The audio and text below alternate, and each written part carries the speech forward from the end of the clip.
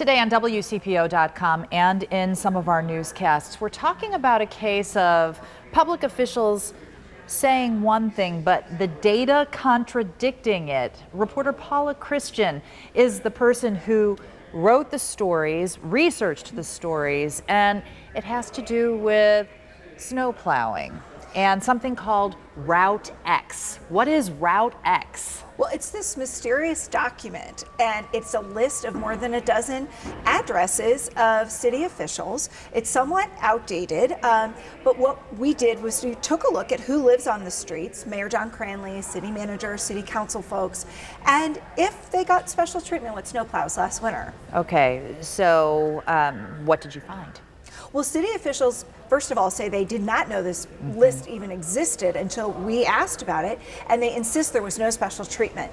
But I took a look at Mayor John Cranley's street because he lives on a residential street. I compared it to average citizens, and he did get more attention than other nearby streets last winter. Okay, how much more attention?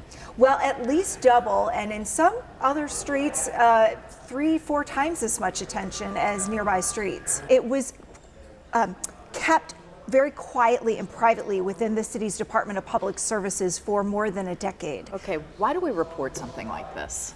Well, I think it's very interesting for average citizens to understand the inner workings of basic services such as potholes and snowplows and trash, which is something that we all care about within the city. And we depend on. Yes, and you know, the fact that there's a list of city officials that snowplow supervisors had for more than a decade, I think is very interesting. Okay, last question, what are we looking at 11? At 11, I take a look at City Manager Patrick Duhaney's street and whether or not he got special treatment this winter. Okay, we'll be watching at 11. Paula Christian, thank you.